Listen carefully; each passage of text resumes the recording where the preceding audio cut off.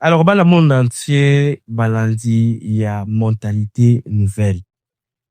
Et bien, ba benga na privé, ba komela kibiso, ba lubi, ni les kani bozu les kashunte. Alors, on avait connu un sérieux deuil, on a perdu un papa, un beau papa, un grand-père pour plusieurs. Lui, c'est mon beau-père, Bontoa Kaniki Mwamba. Alors, c'est la mère fêtée. L'équipe de Téléstai étant qu'on était obligé de finir avec les deuils pour Tozongela Bituma na biso. Alors, je viens vous annoncer que Tozongeli Bituma. Et cette fois-ci, Tokomata na ngona ndenge moko ma solution et que mais avant ça, on va prendre cet élément que nous propose un ami pour une minute de silence, évidemment. Là, mon petit Odon Kaniki. Bon, bah, c'est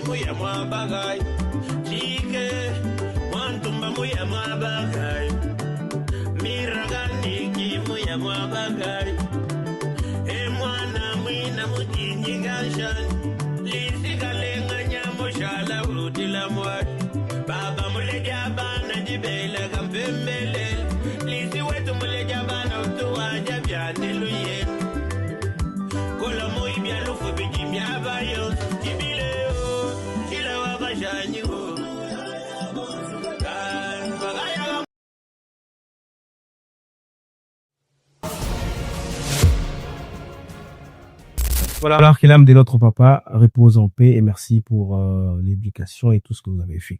Tozongi siko on a masolo etali mentalité nouvelle. Je rappelle le thème Otozo sur les la jeunesse face orientée professionnelle. Donc bilingue na oetali donc bilingue liboso na oetali misala.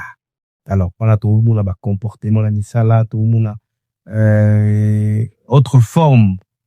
Hein, il y a exploitation ou expatrié na employeur ou sous nango na Mboka Congo précisément à Kinshasa mais aussi dans d'autres villes. Alors, je l'avais annoncé au début que etikali 3 numéros. Donc Togoyamba 3 avocats seulement quoi. Donc après aujourd'hui on va recevoir un avocat après un autre on aura fini avec cette étape Ekopanda vous allez étape Mohamadunga.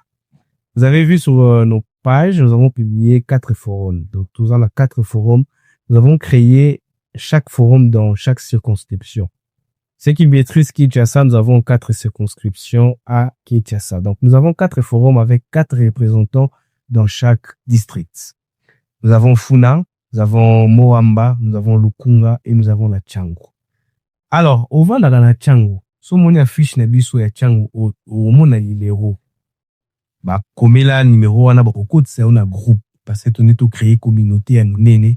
Pour Action et Kobada. Déjà des mois prochains, nous avons des conférences dans la université, nous allons parler des réalités professionnelles pour Namboka Nabiso Babeka respecter travailleurs congolais ou azali Namboka Nabango. Mais bazomo nelaye et pas batoyo. Baye kokuta biso Namboka Nabiso, mais bazo faire souffrir biso. Donc, voilà la logique, mais pas honte de lutter. Il y a des gens qui se sont mis d'accord à lutter pour la à l'Afrique du Sud, vous savez. Aujourd'hui, on peut condamner xénophobie, la bango et tout ça, mais ils connaissent que baza banamboka. Ils connaissent le droit au bazan namoya. Mais on n'encourage pas ça parce qu'il y a nos Congolais qui souffrent aussi en Afrique du Sud. Bozon, le Congo est un champ vaste nous allons nous battre tokobonga kaka na mboka na biso to balo kile bisika nyonso tozotambola, mais nous allons évoluer dans notre propre pays. Donc, prenez courage. Aux jeunes, je le répète, aux ali papa mokolo, aux en expérience moboya bien l'entreprise moko boui, venez, on va en parler. Il y aura des centres sur terrain. Je l'avais dit, il y aura de témoignages. Je l'avais dit, il y aura de preuves où nous avons récolté déjà la bonne entreprise parce que nous allons commencer à citer les cas des entreprises où il y a bien et les réalités qui se passent dans ces entreprises-là avec des appuis et des preuves pour la Makambo échange. Alors, nous avons encore la conscience, il y a ministre Nabi sur le travail et prévoyance sociale, ministre de la jeunesse, ministre il y a formation professionnelle. Donc, tous les ministres ou tous les ministères où ils ont lié la jeunesse. C'est la vie, en tout cas. Bon, merci à l'équipe de la CNSS qui nous a reçus. Nous sommes dans les pourparlers, bien sûr, pour un éventuel partenariat, parce que nous avons parlé, qu'il faut pas comprendre les missions et objectifs de la CNSS, la Caisse nationale de la sécurité sociale. Nous allons équiper en contact la coordonnateur provincial et à inspection de travail, Monsieur Freddy, que nous saluons en passant. Nous avons été également reçus par lui. Vous allez voir les images dans les jours à venir. Nous sommes dans les pourparlers pour un éventuel partenariat, mais aussi il y a beaucoup d'entreprises avec lesquelles nous allons signer des partenariats, bien sûr, pour informer la jeunesse pour lobby et ça n'a mal. Alors, grand merci à vous. C'était justement l'annonce de cette nouvelle étape que nous avons commencé. Nous disons vraiment merci à l'équipe technique qui a toujours été là, à Nanicom qui est responsable du numérique chez Telestai Corporation. Merci à toute notre entreprise de Telestai, Prime Legacy, BM, Bonner Mulumba depuis Lubumbashi. Merci également à toutes ces personnes qui nous aiment, qui nous écrivent, mais je n'ai pas jamais oublié, vous le savez bien, Oyangai, Motema, Priska, Poikaliki et mon fils Kadjafet. Pourquoi pas toutes ces personnes qui nous aiment. Alors, bien fait, Mbouyi, nous suit depuis quelque part. J'ai Wakima Libanga et tous les parents et tout le monde. On se retrouve la prochaine fois avec un avocat. Nous allons discuter. Nous sommes en décembre, bien sûr. On se retrouve prochainement. Bye bye. Le Grand Kasaï va se taire des richesses naturelles et culturelles. Au cœur de cette région, des communautés vivent au rythme de traditions séculaires. Mais dans l'ombre de ces paysages ensoleillés, il existe une histoire méconnue, celle des hommes et des femmes atteints d'albinisme. Nous vous amenons à la rencontre de ceux que la nature a dotés d'une certaine singularité.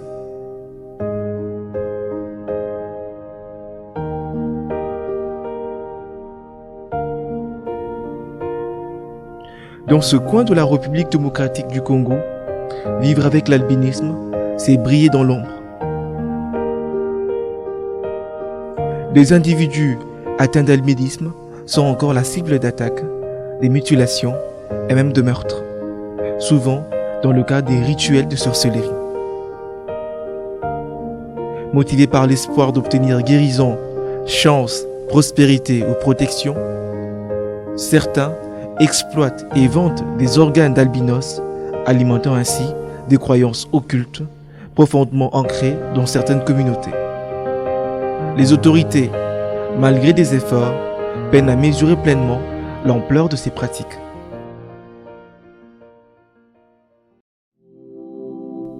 Bien que ces actes de violence restent rares et marginaux en RDC, ils sont le reflet d'une pensée archaïque et rétrograde vis-à-vis de personnes atteintes d'albinisme.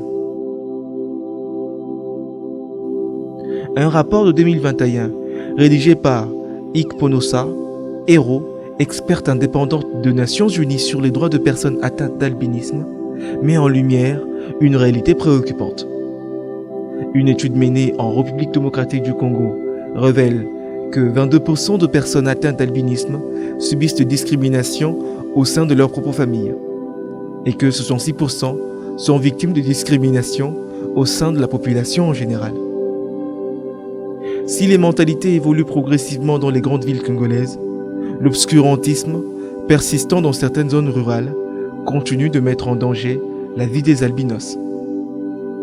Les efforts pour sensibiliser et éduquer ces communautés doivent se multiplier afin de garantir la sécurité et la dignité de cette population vulnérable.